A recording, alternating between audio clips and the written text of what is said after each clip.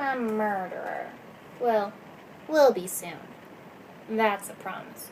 Bob never says I stick to my guns. My figurative guns, that is. But then, well, Bob's a stickler. And I'm not. His name's Bob Stickler, after all. I'm a stickler, too. But only by marriage. This time, my gun's good and stuck. Confucius said that when we embark on a mission of revenge, make sure you dig 2 graves. This means that when you set out to destroy somebody, you also destroy a part of yourself. This can bring you the satisfaction that you so desire. This can be seen in Geoffrey Hatcher's one-act, Margaret Fadler Comes to Town. It all began when Margaret Fadler came to town. I should say Margaret Morrison Fadler, Pfeiffer, Haberland, Keith, Schnitsky, Fadler. You get the idea of her marital history. After her husbands would die or divorce her, she never ended up quite rich enough to take it easy, but she always ended up in some really nice shoes. Hadn't seen her in a nun's age, and then one day, Margaret Fadler came to town. This was 6 weeks ago.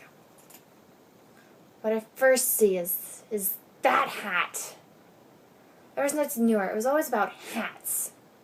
It'd be some Saturday afternoon, and she'd be downtown at home, and she'd be coming out of the hub, with a new hat from Paris, or from Chicago, or New York.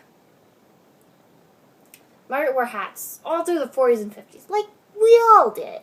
But when we stopped wearing them, she didn't. At first, we thought it was a bit strange, but she knew better. It preserved her in that time when men thought it was their golden age, and a woman in a hat was all they ever wanted, or couldn't quite get. I say it, that sharp, that hat, that sharp little flash of blue, at that angle, my heart skipped. I couldn't look, but I had to. Below that blue brim, below that blue hat, below that blue brim was the same brown, penciled on eyebrows, and the same, gosh, God damn it, pronouncing Christ. I knew she wasn't visiting. At home that night, Bob and I were watching Jeopardy, and I turned to him and say, Mary McPherson and I were down at the new member's hut today while I was picking up your medication, and guess who's moving in? He didn't say a word, and then he squinted at the TV like he was trying to think, and that's when I knew.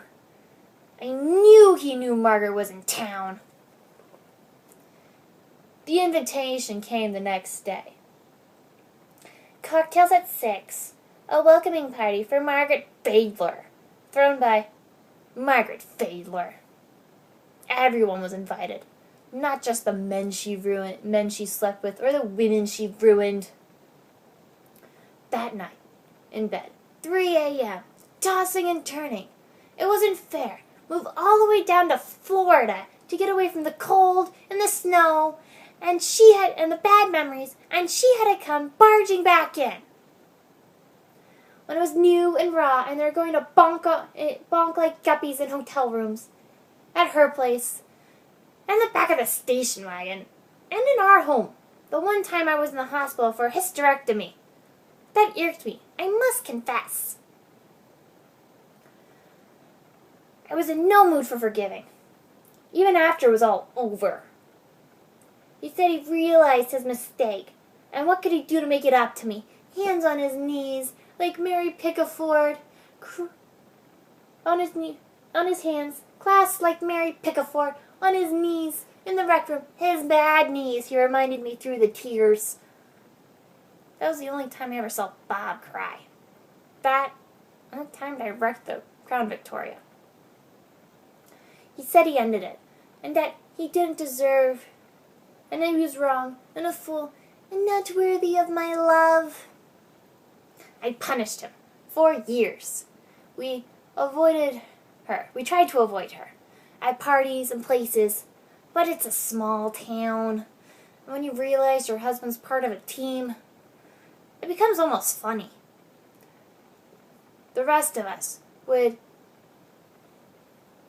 began to pick out the signs of when Margaret was about to swoop in on an unsuspecting husband. We tried to give little subtle hints to the wife, like, Margaret is fucking your husband. Margaret is fucking your husband. My hand on the handle of the car. There she is, in a golf cart. There she is, in a golf cart. Margaret doesn't golf.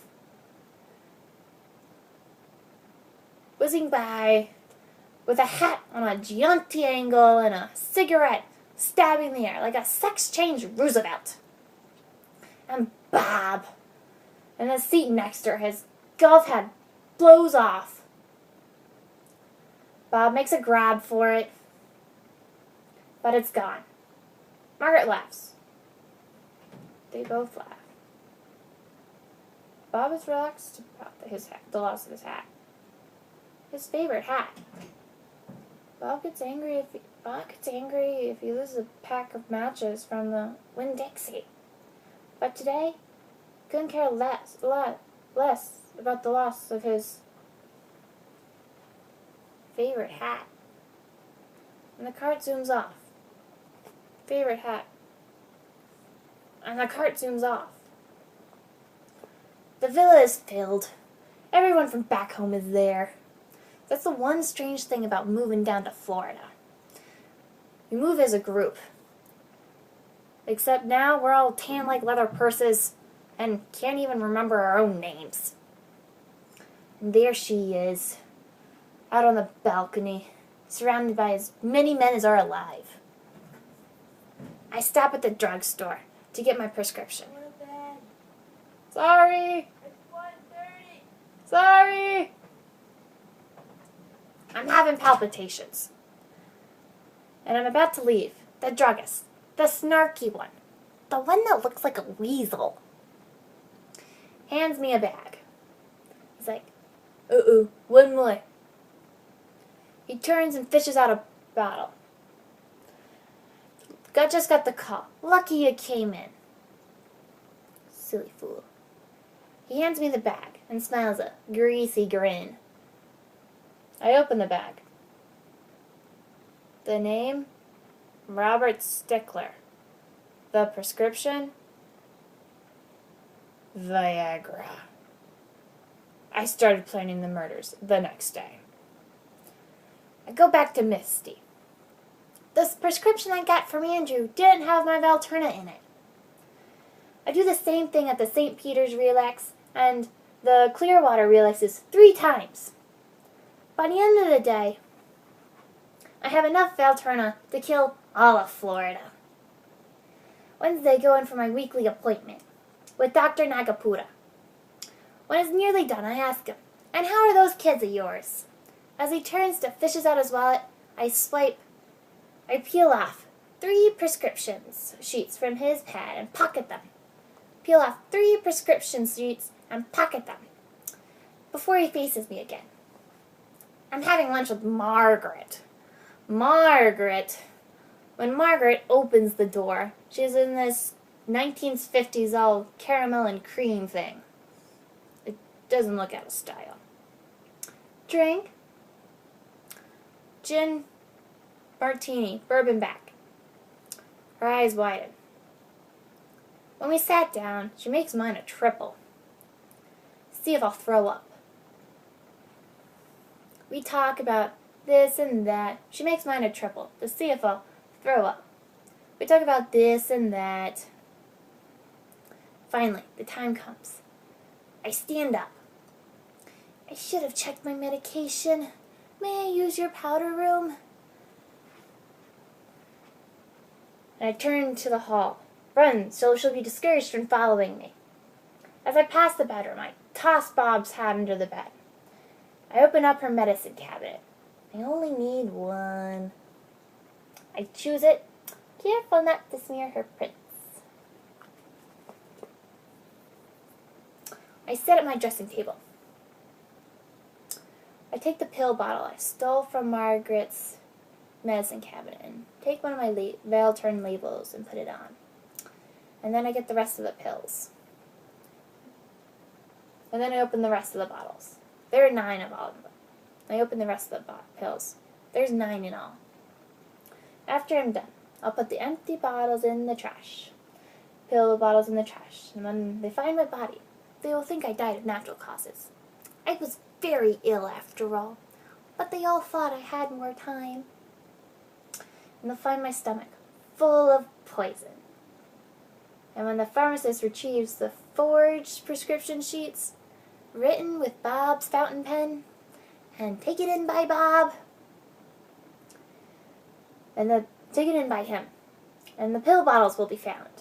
And one of them will have Margaret's fingerprints on it. And Bob's hat will be found under Margaret's bed. And Bob and Margaret will be arrested for my murder.